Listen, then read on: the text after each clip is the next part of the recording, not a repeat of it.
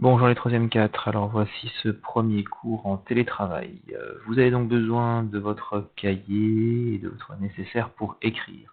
Bien sûr, comme c'est une vidéo, vous pouvez faire pause à n'importe quel moment, puis reprendre un peu plus tard. Alors on y va, on attaque avec le chapitre 7. Le chapitre 7, nous l'avons terminé, on va donc le rebalayer rapidement, et je vais vous donner le travail à faire. Le chapitre 7 s'intitule Poids et masse. On a commencé par une première partie qui nous a servi à différencier le poids et la masse. Au bilan, on a donc défini que le poids est une force, qu'elle se mesure avec un dynamomètre et qu'elle s'exprime en newton. Ensuite, on a précisé que la masse, elle, est liée au nombre d'atomes qui constituent un objet. Elle va donc se mesurer avec une balance et s'exprimer en kilogrammes. À la suite, nous avons donné le lien entre le poids d'un objet et la masse de ce même objet. Donc, c'est une relation mathématique qui est la suivante, P égale M fois G. Elle est à connaître par cœur, elle fait partie des 6 formules à connaître par cœur pour le brevet. D'accord? Donc, cette formule est associée à cette formule-là. La première formule, P égale M fois G, permet de calculer le poids d'un objet connaissant sa masse. La deuxième formule, M égale P divisé par G, permet cette fois-ci de calculer la masse d'un objet connaissant son poids. Le poids P d'un objet s'exprime en newton, la masse M de ce même objet s'exprime en kilogrammes, et petit g, c'est ce qu'on appelle l'intensité de la pesanteur, s'exprime en newton par kilogramme. À la suite de ça, nous avons fait des applications. D'accord, donc nous avons calculé le poids d'un objet à différents endroits, donc sur la Terre, sur la Lune et sur Jupiter, ce qui nous montre bien que le poids d'un objet dépend de l'endroit où on se place. D'accord. Ensuite, nous avons calculé la masse d'un objet connaissant son poids. Donc cette fois-ci, on utilise la formule M égale P sur G, et on a exprimé donc la masse en kilogrammes. On a rappelé que le poids est une force, et comme c'est une force, il peut être représenté sur un schéma. Donc, le poids P est une force. On note donc P majuscule avec une flèche au-dessus. La première caractéristique d'une force, c'est son point d'application, le centre de l'objet. La direction est toujours verticale, le sens, c'est toujours vers le bas. Et la valeur se calcule avec la formule P égale M fois J. Ensuite, on a fini avec une application qui nous a permis de rebalayer tout ce que vous devez savoir sur le poids et la masse. Donc, question 1, on a rappelé que pour mesurer le poids d'un objet, il fallait utiliser un dynamomètre, l'orthographe est à connaître. Ensuite, le résultat de la mesure était juste à lire ici, mais on vérifie que vous connaissiez l'unité du poids qui était en newton. On a rappelé les 4 caractéristiques de cette force si on veut la représenter. Son point d'application au centre du paquet, la direction toujours verticale, le sens toujours vers le bas, et la valeur, là, nous était donnée dans l'énoncé. À partir de là, nous avons fait une représentation. Nous avons donc fait un schéma du paquet avec le point d'application au centre de l'objet, la direction verticale, sens vers le bas.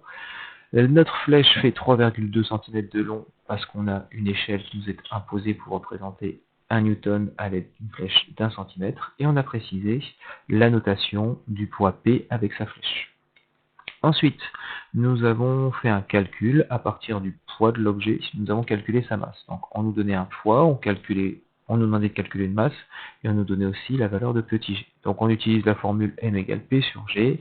On a remplacé le poids et le petit g, l'intensité de la pesanteur, par leur valeur, et on a trouvé la valeur de 0,326 kg. Le cours est donc fini sur cette partie-là. Je vais vous demander de retravailler ce cours et de faire une application qui est dans votre livre. Donc, dans votre livre, page 83, vous allez trouver l'application suivante.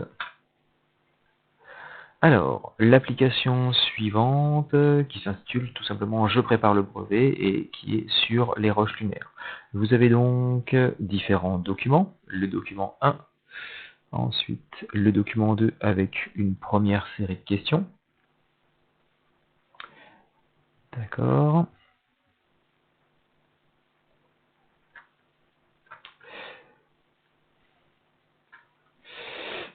Et enfin, non, c'était pas ça. Une dernière série de questions. Ici.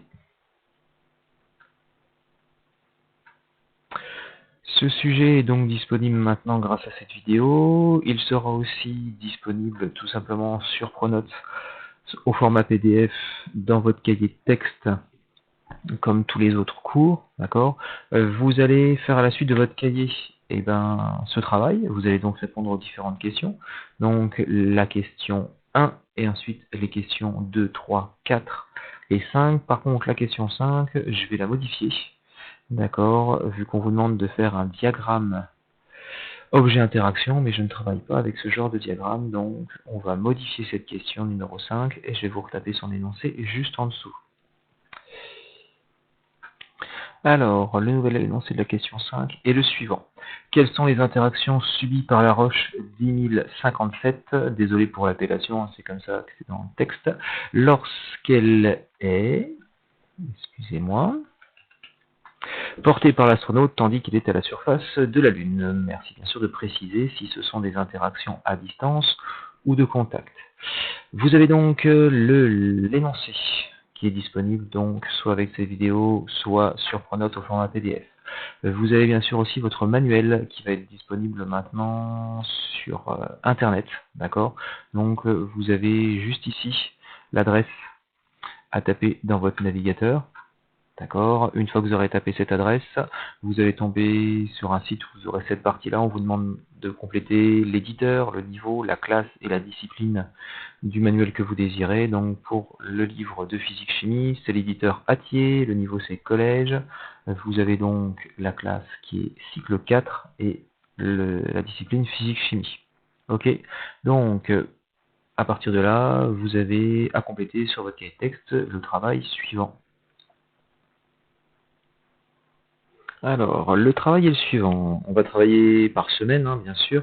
Donc, pour mardi 24 mars, vous allez premièrement revoir le chapitre 7 qu'on vient de rebalayer ensemble, revoir les formules, apprendre les formules et remanipuler ces formules avec les unités. Ensuite, vous allez donc faire, à la suite de votre cahier, le sujet du livre. Donc, il est disponible chez vous dans votre livre, page 93. Si vous allez sur Internet avec la version numérique, c'est page 481. D'accord. Sinon, l'énoncé est tout simplement disponible sur Pronote au format PDF. Faites bien ce sujet sur votre cahier, sérieusement, répondez aux différentes questions, rédigez bien vos réponses des différentes questions, détaillez bien vos calculs, parce que une fois que vous aurez fait ça, vous avez un QCM qui est maintenant disponible sur Pronote. Ce QCM, attention, vous ne le faites que lorsque vous avez fini le sujet pour préparer le brevet, la page 93 de votre livre. Ce QCM va vous donner une note sur Pronote. Il n'y a pas de retour arrière. Une fois que vous lancez le QCM, vous avez un temps limité pour répondre à ce QCM, et si vous ne le finissez pas, ça veut dire que votre note est assez facile à calculer pour Pronote. Donc, vous faites proprement et sérieusement sur votre cahier les différentes questions du sujet. Si vous n'y arrivez pas, vous essayez de me contacter sur Pronote et j'essaierai de répondre à vos questions. D'accord? Je répondrai même à vos questions. Si le réseau le permet, on essaiera de mettre en place un système de chat. Il y a une classe virtuelle qui est mise en place sur un site du CNED. Si ça fonctionne, on essaiera de faire ça à une heure fixe, bien sûr, pas H24, mais bon, on essaiera de le faire. Donc, vous faites le sujet proprement sur votre cahier. Si vous avez des questions, vous les posez sur Pronote, j'y réponds.